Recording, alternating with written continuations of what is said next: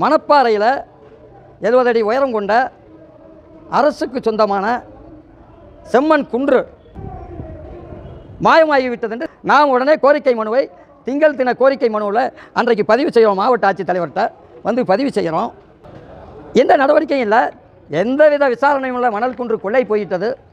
இந்த அரசு எந்தவித நடவடிக்கையும் இல்லாமல் இது மாதிரி இருக்கிறதுனால தான் அரசு அதிகாரிகள் எதுக்கு வருவாய்த்துறை, உள்ளாட்சித்துறை, நகராட்சித்துறை, வேளாண்மைத்துறை, சுற்றுச்சூழல் பாதுகாப்புத்துறை, வனத்துறை, கனிம வளத்துறை, சுரங்கத்துறை, அப்போ இவங்கெல்லாம் போலித்தனமான நாடகம் ஆடிக்கொண்டு லஞ்சத்தை பெற்றுக்கொண்டு இந்த தவறுகளுக்கு துணை போகிறதுனால பல நூறு கோடி ரூபாய் பெறுமதி உள்ள செம்மண் கிராவல் கொள்ளை போனதுக்கு தமிழ்நாடு அரசுக்கு மிகப்பெரிய வருவாய் இழப்பு ஏற்படுகிறதால ஆணித்தரமாக பதிவு செய்கின்றோம்.